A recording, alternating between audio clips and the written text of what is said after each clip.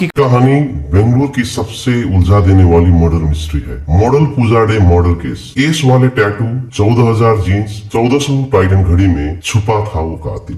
बेंगलुरु की सबसे हैरान करने वाली मर्डर मिस्ट्री। एयरपोर्ट पर मिली थी एक लाश, वो लड़की मॉडल थी। कैसे 13 दिनों में सुलझी वो मिस्ट्री। एक खूबसूरत लड़की की लाश, ना कोई पहचान ना कोई सुराग, बेहद उलझी हुई एक अजीब मर्डर मिस्ट्री जिसकी पहचान करने में ही पुलिस को 13 दिन लगे। इन 13 दिनों में 20 पुलिस अफसरों की कई टीमों ने जांच की। 15,000 से ज्यादा लोगों से पूछताछ हुई। 14,000 जीन्स और 1400 टाइटन घड़ियों में सुराग की तलाश हुई। तब जाकर सुराग के नाम पर मिली भी तो एक अधूरी जानकारी। फिर अचानक नाराजगी में एक पुलिस अफसर ने फोन पर किसी से बात की। अब उस बात से ही पुलिस को वो सुराग मिल गया जो इन 13 दिनों में 24 घंटे की लगातार जांच के बाद भी शायद नहीं मिला था। उस छोटी सी लीड की मदद से उसी पुलिस टीम ने महज 5 घंटे के भीतर ही पूरे केस का खुलासा कर दिया। अब कातिल भी सामने था और कत्ल का मकसद भी। बेंगलुरु पुलिस की अनोखी तफ्तीश, ये रियल क्राइम स्टोरी आपको हर कदम पर उलझाएगी।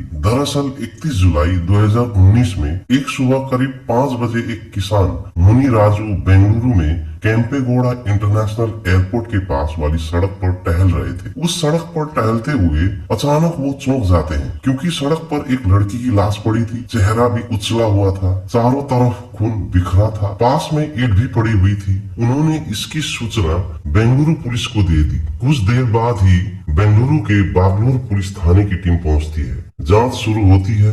उस समय थाने के इंस्पेक्टर थे बी राममूर्ति।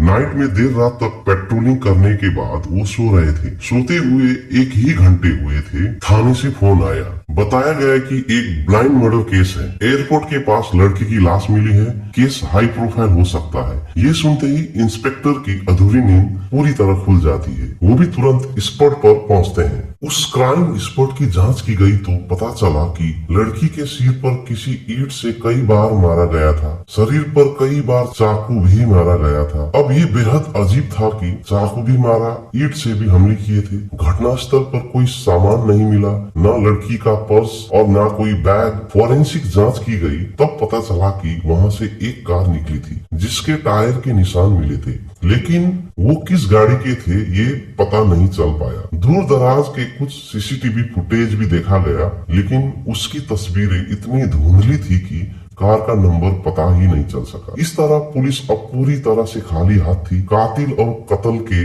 मोटिव का पता करना तो दूर, अभी तक लड़की की पहचान तक नहीं हो पाई थी। ऐसे में उसकी पहचान करने के लिए अब सिर्फ एक ही रास्ता था। उस लड़की के बदन पर मौजूद कपड़े और शरीर पर कोई निशान। लड़की देखने से अच्छे परिवार की लग रही थी। उसने जीन्स, टी शर्ट और टाइटन की घड़ी पहनी थी। दोनों महंगे ब्रांड वाली थी, जीन्स और टी शर्ट। अब यहाँ जांच टीम का सबसे पहला टारगेट था कि किसी तरह से उसकी पहचान करना। इसलिए अब पुलिस के सामने कुछ ही ऑप्शन थे। पहला, लड़की की ब्रांड जीन्स, टी शर्ट और उसकी टाइटन घड़ी को कहां से खरीदा गया और किसने खरीदा, उसका पता चल जाए। दूसरा, पास में ही एयरपोर्ट था, इसलिए ये पता चल जाए कि पिछले 1 से 2 दिन में कोई ऐसी महिला यात्री जिसकी टिकट बुक तो थी लेकिन उसकी फ्लाइट मिस हो गई हो। तीसरा, आसपास के सभी थानों में पिछले कुछ दिनों से 35 से 36 साल की उम्र वाली लड़की के लापता होने की सूचना। चौथा, जिस गाड़ी के टायर का निशान मिला था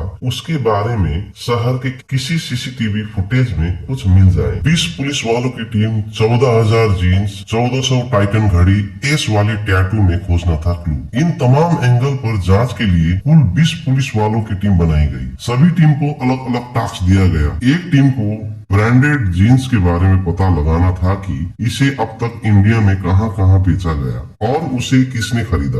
एक टीम उस टाइटन घड़ी का पता लगाने में जुटी।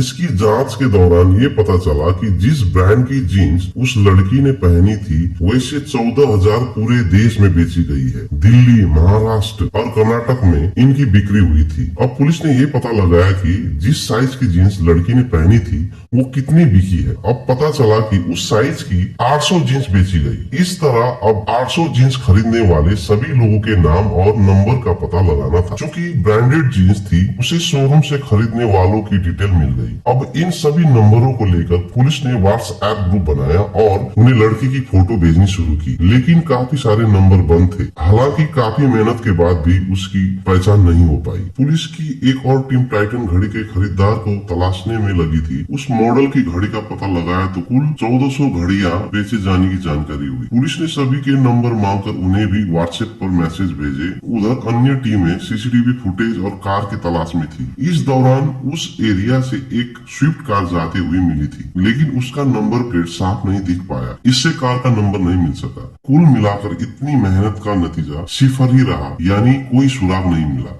ये देखकर पुलिस की टीम मॉर्चुरी में रखी डेड बॉडी के पास फिर से भेजी गई, क्योंकि जब कोई लावारिस लाश होती है तो कम से कम 2 दिनों तक बॉडी को रखी जाती है और फिर पोस्टमार्टम करती है, ताकि पहचानने में दिक्कत न आए। अभी 2 दिन हुए थे तो लेडी पुलिस ने उसके पूरे शरीर पर किसी टैटू की तलाश की। इत्तेफाक से पुलिस को उस लड़की के बदन पर एक जगह एस लिखा हुआ टैटू मिला। इससे पुलिस ने अंदाजा लगाया कि हो सकता है कि उसका नाम एस से शुरू हो, या फिर अगर वो शादीशुदा हो तो उसके पति या फिर किसी खास दोस्त के नाम भी हो सकता है। इसलिए पुलिस ने तुरंत जीन्स और टाइटन घड़ियों में जितने नंबर शॉर्ट लिस्ट हुए थे, उनमें से एस से शुरू होने वाले नाम का पता लगा। तब टाइटन घड़ी खरीदने वाले की संख्या अब 115 तक पहुंच गई। यानी पुलिस को उम्मीद थी कि अब इन्हीं 115 लोगों में से किसी एक ने घड़ी खरीदी होगी। पुलिस ने फिर से उन 115 लोगों से संपर्क किया, लेकिन फिर भी कोई सुराग नहीं मिल सका। जींस वाले में भी कोई जानकारी नहीं मिल सकी। उधर एयरपोर्ट पर पिछले 2 से 3 दिनों में ऐसा